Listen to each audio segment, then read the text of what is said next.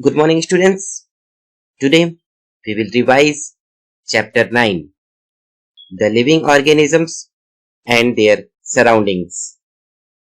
In this video, we will understand about habitat and adaptation. So, let us start. Students, living beings survive in the most places. Life exists even in open volcanoes and snow-clad polar regions.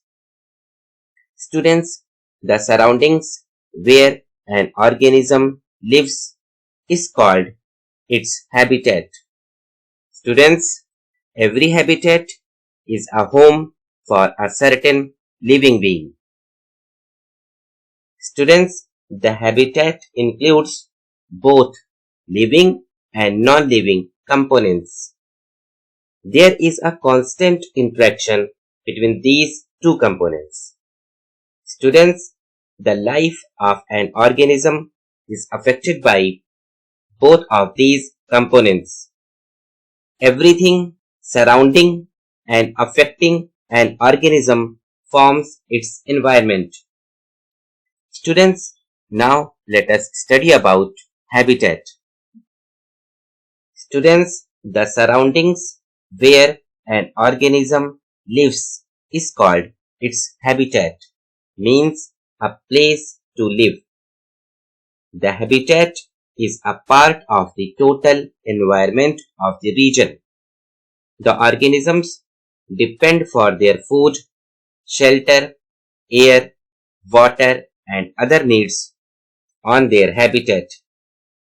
Students, different organisms survive in different habitats.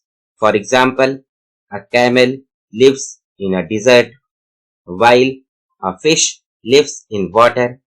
Similarly, cactus grows in a dry and arid region while some grasses grow even on the floor of the sea.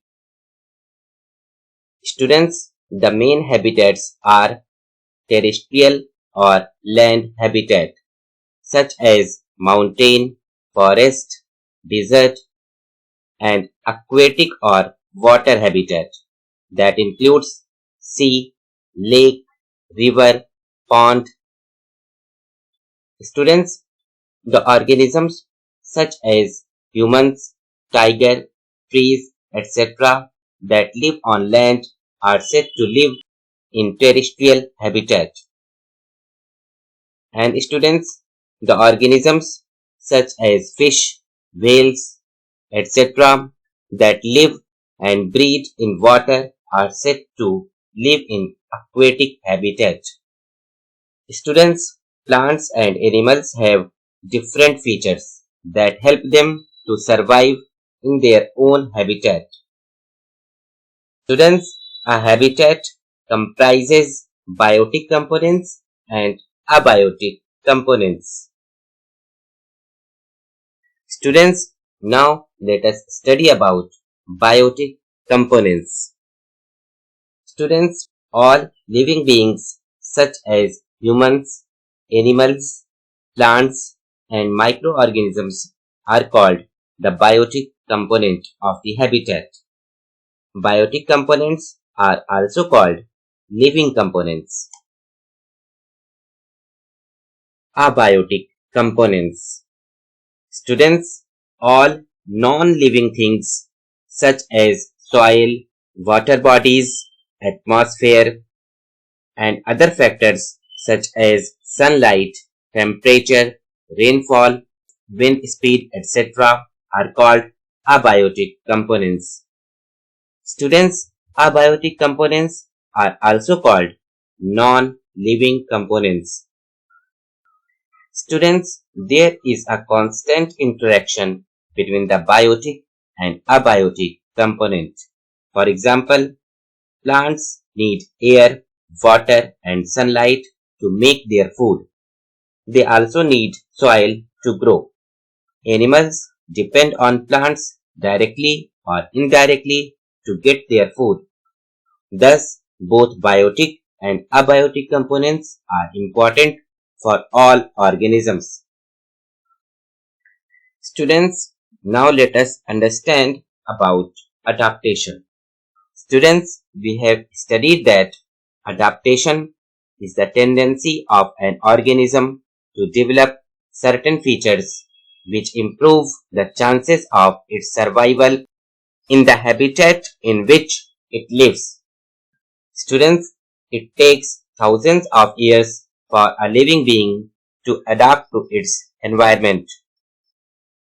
Students, in response to a particular environment, an organism brings about certain changes in the structure and function of its body and makes it well suited to the environment.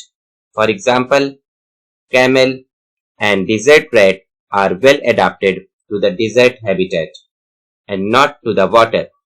Similarly, fish have gills that help them to live in water, and aquatic plants have special tissues that help to take in dissolved gas from water.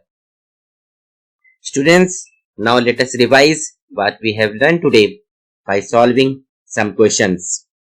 Question number 1. The characteristic feature shown by living beings is option A, growth, option B, movement, option C, respiration, option D, all of these. And the correct answer is option D, all of these. Question number 2.